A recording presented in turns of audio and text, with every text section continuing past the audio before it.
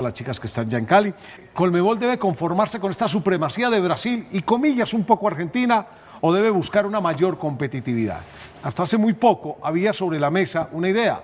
La idea era romper esa enemistad con CONCACAF y volver a tener a México, tener un cuadro clasificatorio para que participaran los ticos, ¿cierto? Y tener la posibilidad de integrantes de la MLS. Sí, creo que los mexicanos fueron los que se retiraron. Era una posibilidad.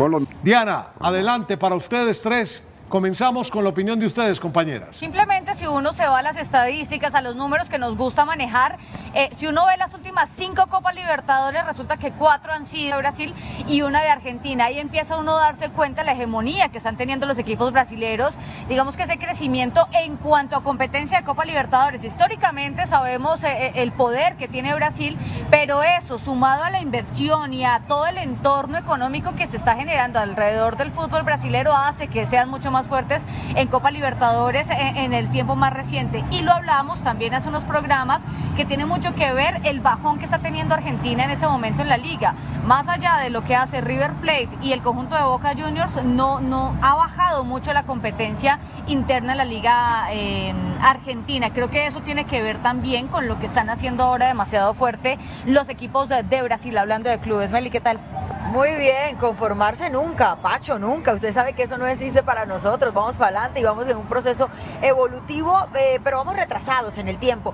Y creo que evidentemente lo que estamos dando cuenta es que hay un parámetro, lo establece Brasil, lo trata de seguir Argentina, y luego estamos los mortales y cada vez más lejos, infortunadamente, los colombianos, porque ecuatorianos y incluso los peruanos comienzan a hacer procesos más competitivos, planes más a largo plazo y por supuesto una inversión superior a la nuestra.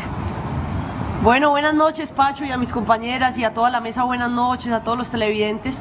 Para mí, la hegemonía de Brasil, a ver, en los últimos 3 años, 2019 campeón Flamengo, 2020, 2021 campeón Palmeiras. Este año también veo mucha chance de que sea campeón algún equipo brasilero. Entonces, sinceramente, ¿qué pasa? Que cuando la inversión allá es tan grande, y no solamente la inversión, yo creo que Conmebol tiene que empezar también a regular todo el tema de los premios. No es posible que el campeón del Brasileirao se lleve 11 millones de dólares, mientras que acá el campeón se lleve 500 mil dólares, igual en Argentina se lleva 500 mil dólares, y pues ahí ante eso es casi imposible competir, porque entonces estamos viendo fichajes, por ejemplo Flamengo que está con el tema de Vidal, o sea, cosas que acá nunca se podrían tener. Entonces así realmente es imposible competirle a este tipo de equipos.